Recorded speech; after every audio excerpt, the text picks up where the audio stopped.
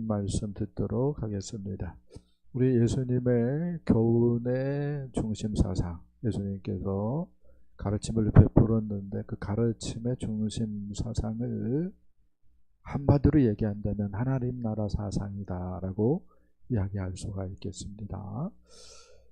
하나님 나라 사상은 여러 가지가 농축되었다라고 얘기할 수 있어요. 먼저는 예수님이 주님, 예수님이 왕인 나라를 예수님께서 가르치셨다라고 얘기할 수 있겠습니다. 그래서 주는 그리스도시요 살아계신 하나님의 아들이시니라 라고 하는 고백이 굉장히 중요하다라고 얘기할 수 있습니다. 예수님을 어떻게 믿어야 돼요? 주님으로, 하나님 나라의 그리스도로, 또 하나님의 아들로, 왕으로 믿어야 됩니다. 그렇게 믿기를 축복합니다. 그 다음에 하나님 나라, 예수님께서 가르쳐 주신 하나님 나라의 중요한 특징이 있다면은 예수님과 함께 이미 하나님 나라가 펼쳐지고 있다는 것입니다. 그런데 아직 그 나라가 완성된 건 아니다. 그래서 이미와 아직의 나라가 예수님께서 가르쳐 주신 하나님 나라의 두드러진 특징이다라고 이야기할 수가 있겠습니다. 그래서 이렇게 얘기할 수 있어요. 하나님 나라가 있는지 없는지 주고 봐야 알지 이렇게 얘기하는 것은 말이 안 되는 거예요. 왜냐하면 하나님 나라가 이미 왔기 때문에 그렇습니다. 그래서 뭐 하는 거죠? 예수님의 말씀에 순종을 하는 거예요. 하나님 나라가 왔기 때문에, 다른 말로 얘기하면 예수님이 주님이고 예수님이 하나님이고 예수님이 왕이기 때문에 그분 말씀을 순종하는 것이 하나님 나라를 뭐 하는 거예요? 사는 것입니다. 그것이 하나님 나라를 경험하는 거예요. 이렇게 하나님 나라를 이 세상에서 맛보고 경험한 사람이 죽어서 하나님 나라에 가는 거죠. 완성된 하나님 나라의 주인공이 되는 거죠. 그래서 죽어봐야 알지 뭐 이렇게 얘기하는 사람은 믿음이 1도 없는 것이다라고 얘기할 수 있어요. 죽어봐야 알지 그러면은 그런 말은 옳지 않다라고 분명히 얘기할 수 있어야 됩니다. 할렐루야. 그 다음에 예수님께서 겨자씨 비유를 들려주셨어요. 천국은 사람이 자기 밭에 갖다 심은 겨자씨 하늘과 같다. 그 분명히 뭐예요? 어떻게 보면 깨알보다 작은 것이 겨자씨인데 그렇게 겨자씨를 심었는데 금세 자라나죠. 그래서 모든 나무보다 크게 되었더라라고 얘기를 합니다. 하나님 나라가 예수님과 함께 어떤 관점에서는 갈릴리, 베들레헴 아주 작게 산골에서 시작이 되었다고 얘기할 수 있습니다. 마치 세계적으로 볼 때에 무엇과 더 같아요? 겨자씨와 같다라고 얘기할 수 있어요. 근데 제자들과 더불어서 어떻게 되었죠? 온 세상을 뒤덮었습니다. 할렐루야. 하나님 나라가 이런 특징이 있다고 얘기를 하고 있어요. 미미하게 시작되었지만 온 세상을 뒤덮고 남는 큰 나라. 그게 하나님 나라인 줄 믿습니다. 아멘. 그 다음에 예수님께서 밭에 감추인 비유를 들려주셨어요. 그 다음에 좋은 진주를 구하는 장사꾼의 비유를 들려주셨습니다. 밭에 감추인 보화를 만났어요. 그 농부가 어떻게 했죠? 집에 가가지고요. 집에 있는 모든 것을 처분해가지고 그 밭을 어떻게 했어요? 샀어요. 그 밭에 뭐 했어요? 올인했어요. 올인. 그 다음에 진주, 좋은 진주를 구하는 장사가 극히 귀한 진주를 만났습니다. 그 사람도 어떻게 했어요? 집으로 돌아가가지고 모든 것 처분해가지고 극히 비싼 그 진주를 어떻게 했어요? 샀어요. 올인했다는 거예요. 올인. 모든 것을 걸었다는 것입니다. 하나님 나라 사상을 깨우친 사람의 두드러진 특징이 있는데, 주님 가져온 하나님 나라에 뭐 하는 거예요? 몰빵한다는 것입니다. 교회를 다녀요. 예배도 드려요. 헌금도 해요. 성도들에게 저 사람 참 착한 사람이라는 소리도 들어요. 그렇지만 하나님 나라에 몰빵하지 않는 사람은 하나님 나라 사상을 깨우친 사람이 아니다는 거예요. 주님이 그걸 얘기해 주고 있는 거예요. 목사님, 내가 그러면은 하나님 나라 사상을 깨우쳤는지 안 깨우쳤는지 어떻게 알 수 있나요? 이런 질문을 던진다면은 정말로 예수님의 주권, 예수님의 왕권을 인정하는가를 생각해 보면 되겠다는 생각을 해봤어요. 예수님의 왕권, 예수님의 주권이 어떻게 우리에게 표현될 수 있겠습니까? 모의라고 하면은 어떻게 해야 되죠? 하던 것 중단하고 모일 수 있는 사람이 실은 예수님의 왕 되심, 예수님의 주인 되심을 인정하는 사람일 수 있겠다 생각을 해봤어요. 구약시대 때 이스라엘 백성들이 실은 군사였습니다. 군사. 근데 군인들이 없고 논농사, 짐승 키우다가 외적이 쳐들어오면 나팔을 불면은 하던 일 멈추고 어떻게 했어요? 예, 이제 외적과 싸웠습니다. 평상시는 뭐 했어요? 자기 일을 했어요. 근데 나팔 소리 나면은 어떻게 했어요? 하던 일 멈추고 달려들어서 함께 싸워야 했습니다. 우리가 똑같다고 얘기할 수 있어요. 그래서 사도 바울은 우리의 신분을 또 하나 얘기하는데 주의 군사다라고 가르쳐 주는 거죠. 그래서 만사 제껴놓고 주일날이면 어떻게 돼요? 교회로 와서 모여서 예배해야 되고, 아멘. 목장도 마찬가지입니다. 목장도 기분 나빠, 나 그 사람 때문에 안 갈래. 그러면 안 돼요. 목장도 뭐죠? 교회입니다. 그래서 목장 모임도 쉬면은 안 되는 거예요. 교회는 일주일에 한 번씩 꼭 모여야 되는 것입니다. 아멘. 그런 생각을 할 수 있어야 돼요. 또 하나 얘기한다면은 주님의 주권, 주님의 왕권이 뭘로 드러나는가 할 때에 물질을 희생하는가를 보면 알 수 있겠다는 생각을 해봐요. 우리가 헌금 생활을 합니다. 소득의 10분의 1을 하나님께 드려요. 그걸 소위 11조 이렇게 얘기를 하죠. 근데 11조하고 10분의 9는 나 마음대로 하는 것은 11조 정신을 전혀 모르는 사람이라고 얘기할 수 있습니다. 그러면요, 10개 중에 10개가 다 누구 것이라고 생각하는 거예요? 하나님 것이라고 생각을 하는 거예요. 왜요? 하나님이 창조주고요. 왜요? 하나님이 내가 소위 뭐예요? 주님으로 믿는 분이십니다. 그렇기 때문에 내 건 없는 거예요. 10개 중에 10개가 다 누구 것이라? 하나님 것이라고 생각을 하는 거예요. 이걸 내가 믿기 때문에 10개 중에 하나는 교회 공동체를 위해서 일단 드리고, 왜요? 교회 공동체가 주님의 몸이기 때문에. 다른 건 뭐예요? 다른 것도 더러 중요한 것이 있지만 가장 중요한 것은 주님이 핏값으로 세우신 교회라는 생각을 하기 때문에 10개 중에 하나를 일단은 뭐예요? 교회 공동체에 드리는 것이고, 그 다음에 10개 중에 9개는 이제 주님께서 기뻐하는 일에 내가 청지기로 쓰는 거야. 그게 11조 정신이다라고 얘기할 수가 있겠습니다. 아무튼 우리가 물질 쓰는 것을 보면서 주님의 주권을 인정하는지 주님의 왕권을 인정하는지 우리가 알 수 있다고 말을 할 수가 있겠습니다.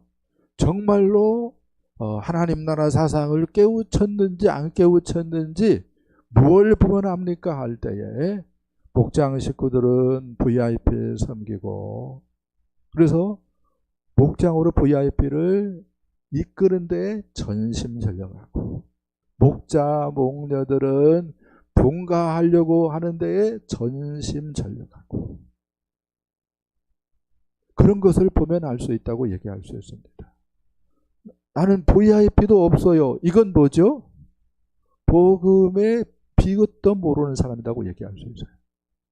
정말로 하나님 나라 복음을 깨우친 사람은 VIP 구원에 뭐예요?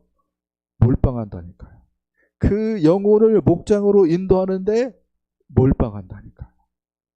정말로 목자예요, 목녀예요. 목장 식구를 목자로 목녀로 만드는 데에 몰빵한다니까요. 그래서 분가시킨다니까요. 그게 주님 앞에 갔을 때에 최고의 상급이 되는 줄 믿습니다. 자, 오늘 말씀은 먼저 우리 주님께서 칠병이어의 기적을 행하는 것으로 시작이 되어집니다. 넘겨주세요. 자, 6절 말씀을 읽어보겠습니다. 시작. 예수께서 무리를 명하여 땅에 앉게 하시고 떡 7개를 가지사 축사하시고 떼어 제자들에게 주어 나누어 주게 하시니 제자들이 무리에게 나누어 주더라. 아멘. 오병이어의 기적을 볼 때도 살폈지만 떡을 떼서 예수님께서 감사 기도하고 떡을 떼서 누구에게 주어요? 제자들에게 줍니다. 그러면 그 받은 떡을 또 제자들이 떼요. 그렇게 해서 무리가 배불리 먹습니다. 이번에는 몇천 명 먹었어요? 4천 명이 배불리 먹었습니다. 4천 명이 배불리 먹었어요. 근데 이곳은 어디예요? 이방 지역입니다. 오병이어의 기적은 어디에서 행하셨어요? 유다 땅에서 행했어요. 그러니까 의도가 있는 거예요. 하나님 대신 우리 예수님께서 유다도 사랑하지만 누구도 사랑한다는 거예요? 유다 외에 이방인들도 사랑한다. 이것을 드러내기 위해서 보리떡 7개로 4천 명 먹이고 광주리 몇 개 남겼어요? 7광주리 남겼다라고 이야기할 수가 있겠습니다. 그 다음에 이렇게 얘기할 수 있어요. 오병이의 기적은 아침에 와가지고 해 넘어갈 때까지 말씀을 들은 사람들에게 행했어요. 근데 칠병이의 기적은 사흘 동안의 말씀 들은 사람들을 위해서 예수님께서 행하신 기적입니다. 그러니까 사흘 동안 꼼짝도 안 하고 말씀 듣는데 올인한 것에 대한 예수님의 보너스로 예수님께서 칠병의 기적을 행하셨다라고 이야기할 수 있겠습니다. 이게 중요하다고 생각을 해요. 말씀을 가까이 하고 말씀을 경청하고 말씀 생활에 힘쓰면 좋은 일이 있다 없다? 있다. 아멘. 예수님이 그런 분이라는 거예요. 깨닫기를 바랍니다. 유튜브 계속하고 SNS 계속하고 게임 계속하고 그러면 좋은 일 있어요 없어요? 아니요. 목 아프고 팔 아프고 허리 아프고 눈 침침해지고 안 좋은 일만 계속 생길 거예요. 에? 보너스 생기는 그러한 역사가 있기를 축복합니다. 그 다음에 7광주리를 남기심으로 우리 하나님이 얼마나 부유한지, 하나가 빠졌네. 하나님인데 하나님이 얼마나 부유한지, 그 다음에 하나님이 얼마나 풍성한지를 나타내 보이셨다고 얘기할 수가 있겠습니다. 4,000명이 배불리 먹고 이번에는 7광주리가 남았어요. 바구니하고 광주는 어떻게 다릅니까? 할 때에 바구니는 그냥 바구니예요. 고구마 몇 개 들어가는 바구니입니다. 근데 광주리는 그 안에 사람이 타도 될 수 있는 큰 광주리입니다. 그래서 이렇게 얘기할 수 있죠. 광주리는 이방인들이 많이 사용했어요. 그래서 이방 지역에서 칠병이의 기적을 행하고 7광주리가 나오는 것이라고 얘기할 수가 있겠습니다. 잘 생각을 해봤으면 좋겠어요. 나는 하나님이 나를 보시고 내가 보너스를 줄만하다 그런 사람인지, 아니면 보너스는 고사하고 너 진짜 그렇게 말씀 생활에 그런 식으로 반응한다면 너 진짜 힘들어요, 큰일 나갔어요, 그런 사람일까 생각을 해봤으면 좋겠습니다. 다윗이 시편 1편을 썼다고 얘기할 수 있는데, 복 있는 사람은 해가지고 2절 말씀 보니까 오직 여호와 율법을 즐거워하여 그 율법을 주야로 묵상하는 자로다, 이렇게 얘기하고 있습니다. 근데 그 율법 중에 핵심이 뭐예요? 예수님께서 가르쳐 주셨는데 하나님 나라 사상입니다. 잘 생각 한번 해보세요. 나는 주님 가르쳐 주신 그 하나님 나라 사상을 얼마나 묵상하는가. 예수님이 정말로 주님이라고 하는 것, 예수님이 정말로 나의 왕 되신다고 하는 것, 예수님이 하나님 나라의 최고 통치권자다고 하는 것을 얼마나 묵상하는가. 예수님과 함께 하나님 나라가 펼쳐졌고 십자가 사건으로 말미암아 세상은 뿌리 뽑힌 나무와 같이 되었고, 그리고 잠시 잠깐 오면 하나님 나라가 완성될 터인데, 그런 하나님 나라 사상을 얼마나 내가 묵상하는가 생각을 해봤으면 좋겠어요. 정말로 하나님 나라는 겨자씨와 같아요. 그래서 사람들이 무시해버릴 수 있어요. 근데 그 만만한 하나님 나라가 온 세상을 뒤엎고 남는다고 예수님이 얘기를 해주었어요. 그 하나님 나라 사상을 내가 얼마나 묵상하는가. 예수님께서 얘기했어요. 정말 하나님 나라 사상을 깨우친 사람은 뭐 한다고요? 몰빵한다고요. 어디에? 하나님 나라에. 하나님 나라의 모든 것을 건다고요. 진주 장사처럼, 또 농부처럼, 포화를 발견한 농부처럼 모든 것을 건다고 얘기를 하고 있습니다. 내가 정말로 VIP를 위해서 기도하는데 모든 것을 거는가? VIP를 만나기 위해서 모든 것을 거는가? VIP를 목장으로 데려오기 위해서 모든 것을 거는가? 내가 목자 목녀라면은 목장 식구들을 목자로 목녀로 만들기 위해서 모든 것을 거는가? 그게 안 되면은요, 미안합니다, 문제가 있는 거예요.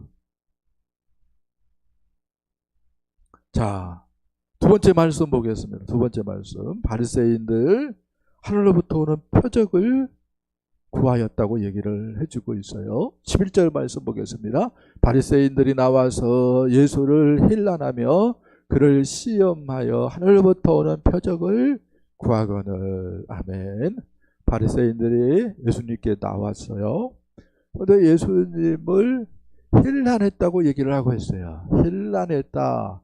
헬라어로 슈제테오 이렇게 쓰여졌는데, 이것은 논리적으로 반박하는 정도가 아니라 감정을 개입시켜서 비난적으로 논쟁하는 것을 얘기하는 거예요. 그러니까 비난하면서 예수님께 따져 물은 거예요. 그들이 이렇게 얘기를 하죠. 하늘로부터 오는 표적을 구했다고 얘기를 하고 있는데, 랍비들이 하늘로부터 오는 표적으로 인정하는 표적들이 몇 가지가 되는데 제가 써놨어요. 만나 사건입니다. 이스라엘 백성들이 광야 40년간 우리 하나님께서 내려주신 만나를 먹었어요. 장정만 60만 명이었죠. 그러면은 남자, 여자, 뭐 어린이들, 노인들 200에서 300만 명을 좋게 먹인 거예요, 우리 하나님이. 생각 한번 해보세요. 이건 기적 중에 기적이죠. 그래서 만나 사건 정도가 랍비들이 생각하고 있는 하늘의 표적입니다. 혹은 여호수아가 가나안 전쟁할 때, 가나안 정복 전쟁할 때에 기도하니까 하나님께서 그 기도를 들어주셨어요. 해 넘어갈 때쯤 싸움이 완전히 치열하게 붙어가지고 여호수아가 해야 그대로 멈춰라, 달아 너도 멈춰라, 이렇게 믿음으로 외쳤더니 하나님이 그 기도 들어주셨어요. 해와 달이 멈춘 사건. 이건 과학자들이 들으면 이건 뭐예요? 이게 도대체 뭔 소리야? 그렇게 얘기할 수밖에 없는 그런 사건입니다. 그런 사건. 그걸 랍비들은 뭐라고 얘기해요? 하늘의 표적이다라고 얘기를 합니다. 또 사무엘이 블레셋 나라가 쳐들어왔을 때에 기도하니까요, 번개가 때려가지고 블레셋 진영이 막 흩어지고 천둥이 치니까 그 소리에 뭐예요? 놀라 자빠지고, 그래가지고 어떤 관점에서는 이스라엘이 싸우지도 않았는데 블레셋과 싸워서 이겼어요. 그 놀라운 일들, 이런 정도 되어야 하늘의 표적이라고 생각을 합니다. 또 엘리야가 바알 선지자, 아세라 선지자 850명하고 그 갈멜산에서 대결했어요. 불로응답하시는 신이 정말 아니냐. 그래가지고 바알과 아세라 그 제사장들이 하루 종일 막 어떤 관점에서는 맛이 갈 정도로 그렇게 자기 신을 찾고 막 부르짖고, 최고로 간절한 게 뭐죠? 자해하는 건 자해. 막 자해도 하고 하는데 바알과 아세라가 응답을 해요, 안 해요? 안 하지. 근데 엘리야가 하나님 여호와여 불러응답하소서 하니까 그냥 하나님이 뭐 했어요?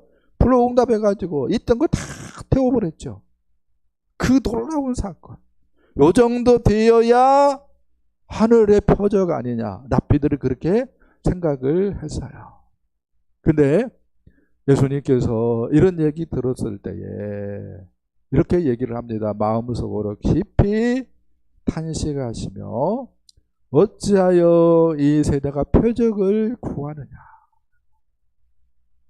다른 병행 구절 보면은 음란한 세대가 표적을 구한다. 왜 그래요? 예수님을 시험하는 차원에서 뭘 요구하고 있기 때문에, 하늘의 표적을 요구하기 때문에. 나 예수님 믿고자 합니다. 근데 믿을 수 있도록 좀 도와주세요. 요 정도가 아니라 네가 임마 하나님의 아들이라고 임마, 그러면 증거 대봐 임마, 이런 식으로 나오니까 예수님께서 뭐라고 얘기하는 거예요? 이 세대가 어찌 표적을 구하느냐, 혹은 음란한 세대가 표적을 구한다, 이런 식으로 예수님께서 말씀을 하셨습니다. 그러면서 내가 진실로 이르노니 이 세대에 표적을 주지 아니하리라, 이렇게 말씀을 합니다. 이 말은 표적 보고 믿을 사람 있다 없다? 없다는 거야. 그러면 어떻게 믿음은 생기는 겁니까?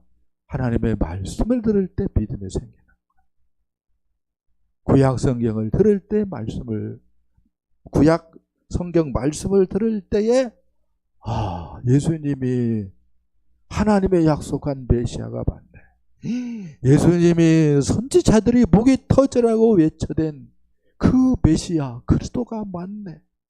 정말로 예수가 유일한 구원자구나. 이런 확신을 갖게 되는 거야. 표적으로 인해서 그런 믿음이 생기는 것이 아니라 하나님의 말씀을 들을 때에 믿음이 생기는 것입니다.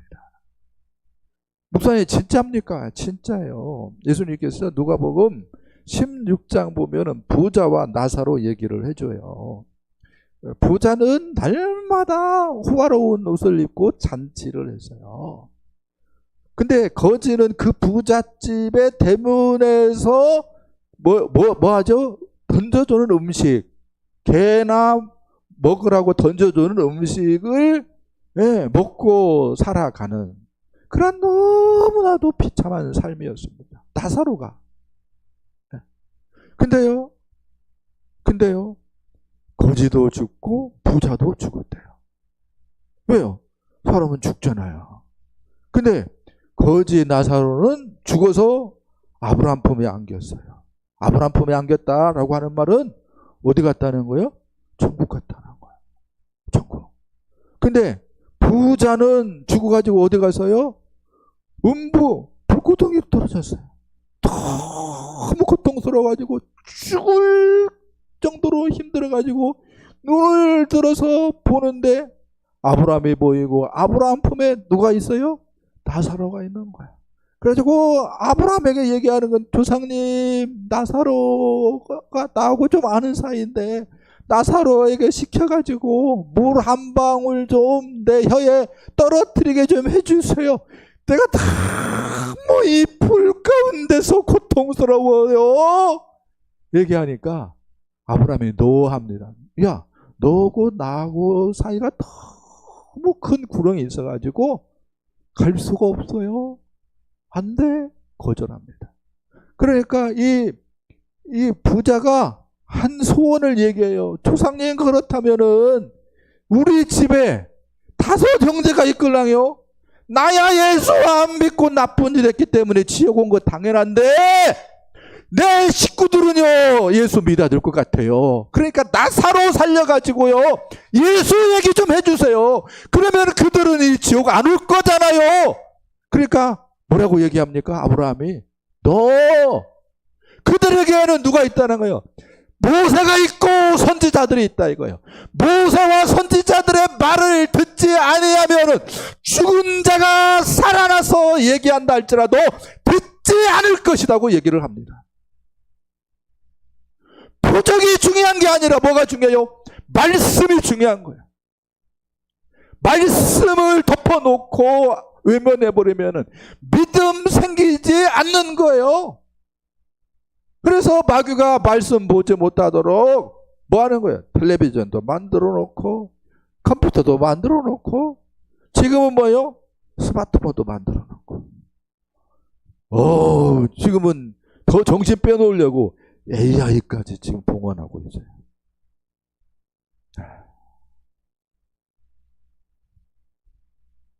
자, 세 번째 말씀 보게요. 세 번째 말씀. 바리새인들 헤롯의 노력을 주의하라. 주님이 말씀을 하십니다. 15절 말씀 봅시다. 예수께서 경고하여 이르시되 삼가 바리새인들의 누룩과 헤롯의 누룩을 주의하라 하시니. 아멘. 예수님의 중심 사상, 교훈의 중심 사상, 하나님 나라 사상입니다.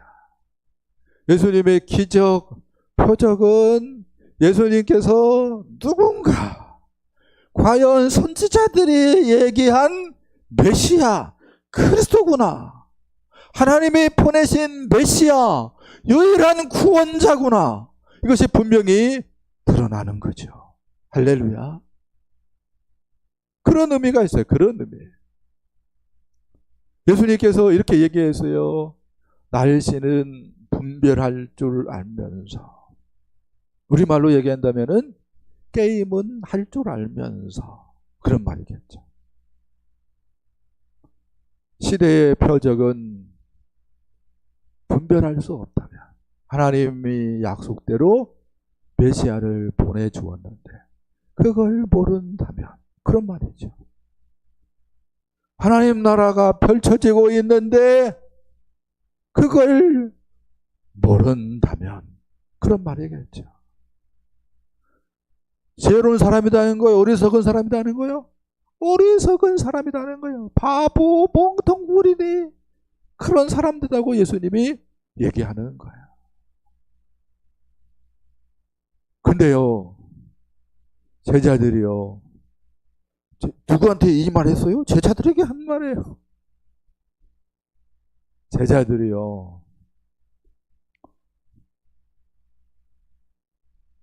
우리 부스러기 놓고 와버렸는데 큰일 났네. 그렇게 생각하니까, 그렇게 말을 하니까 예수님께서 뭐라고 얘기했어요? 바리새인들 헤롯의 누룩을 주의하라 라고 얘기를 했어요. 그게 무슨 얘기예요? 야, 부스러기가 중요한 게 아니야. 뭐에 집중해야 하는데?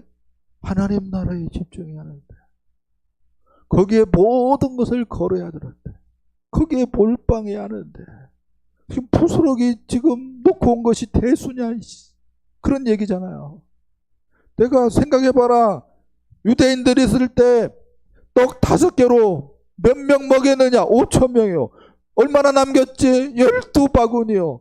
야, 방금 전에 내가 떡 7개로 몇 명 먹였냐? 4,000명 먹였어요. 몇 광줄이 남겼냐? 7광줄이요. 야, 그런데 뭘 걱정해? 정말로 중요한 것보다 하나님 나라에 몰빵하는 거야. 하나님 나라에 몰빵해야지. 뭐가 걱정해 지금 내가 있는데. 그런 말입니다. 그러면은 뭐가 하나님 나라에 몰빵하는데 모든 것을 거기에 집중시켜가지고 걸고 거기에 투자하는데 방해하는 것인가 할 때에 주님이 바리새인들 헤롯의 누룩을 주의하라 이렇게 얘기했어요. 바리새인들의 누룩은 자기 행위, 자기 공로를 주장하는 거야. 교회를 다니는데도 하나님 나 이만큼 다녔으면은요, 하나님 내가 그동안에 헌금한다고 했는데, 하나님 내가 허리 아플 때까지 봉사한다고 봉사했는데, 이건 뭐예요? 자기 공로, 자기 주장하는 거예요. 혹은 바리새인들은 돈을 좋아하는 사람이었어요. 돈 하는 거예요. 돈. 헤롯의 누룩, 세상 정신을 따라가는 거야.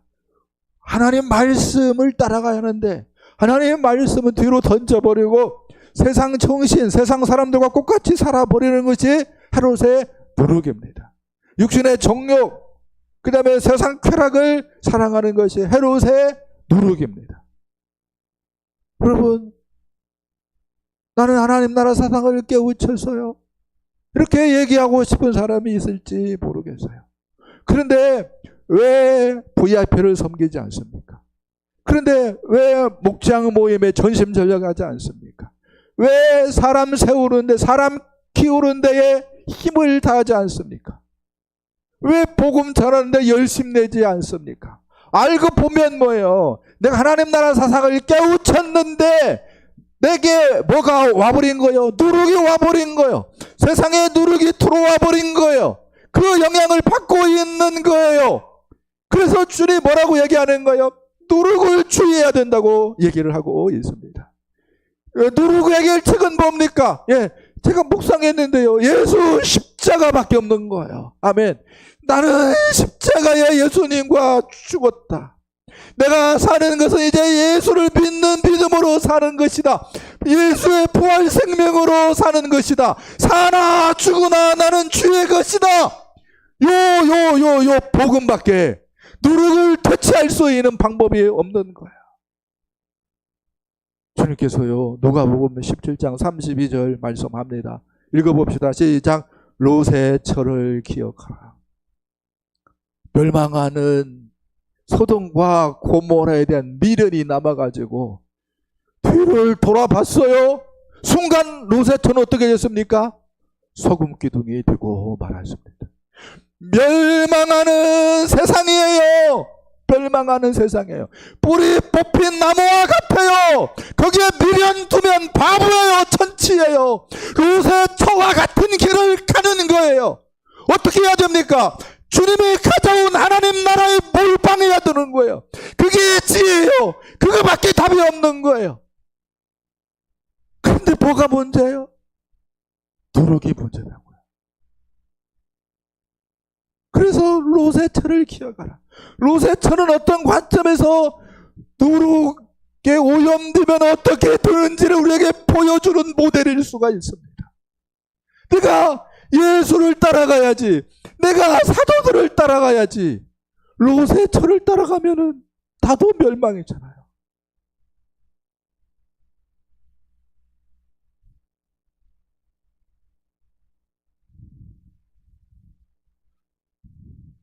우리를 좀 살펴봤으면 좋겠어요. 주님께서 하나님 나라 얘기를 하시면서 말씀이 얼마나 중요한지를, 말씀에 대한 태도가 얼마나 중요한지를 4가지 마음밭을 통해 가르쳐 주셨습니다.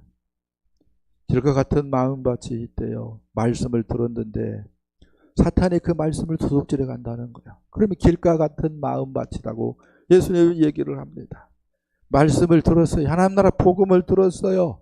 근데 환난과 박해 때문에 넘어져요. 포기해요.